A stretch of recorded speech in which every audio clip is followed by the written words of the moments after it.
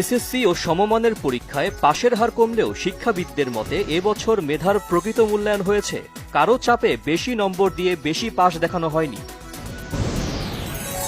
সুযোগ পেলেই ফুঁসে উঠবে রাষ্ট্রের গুরুত্বপূর্ণ দায়িত্বে থাকা ফ্যাসিবাদের দোসররা।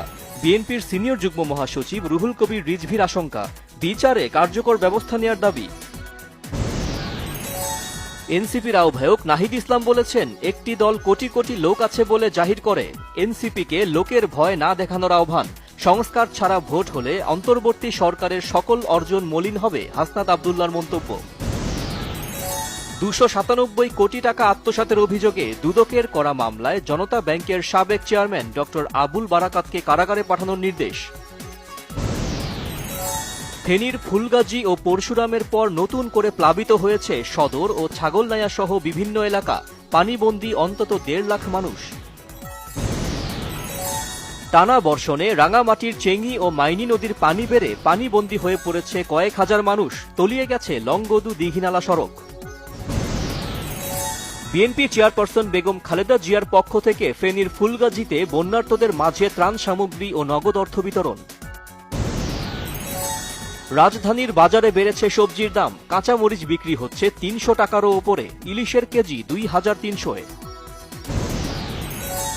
বৃষ্টির পানিতে বাড়ছে এডিস মশার প্রজনন। সংক্রমণ নিয়ন্ত্রণের বাইরে চলে যাওয়ার শঙ্কা। 24 ঘণ্টায় হাসপাতালে ভর্তি 138 জন।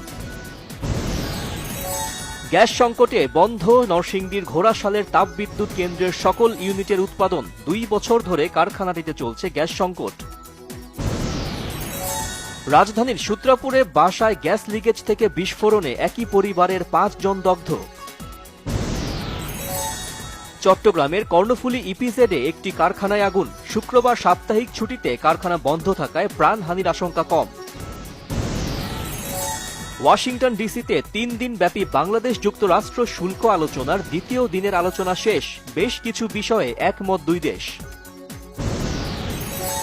যুক্তরাষ্ট্রে রপ্তানি করা কানাডার পণ্যে 35% হারে শুল্কারোপের হুমকি মার্কিন প্রেসিডেন্ট ডোনাল্ড ট্রাম্পের। যুদ্ধবিরতি আলোচনার মধ্যে গাজায় তাণ্ডব অব্যাহত রেখেছে ইসরায়েল। গেল 24 ঘণ্টায় টার্গেট করা হয়েছে উপত্যকার শতাধিক স্থান। হত্যা করা হয়েছে আরও 82 ফিলিস্তিনিকে।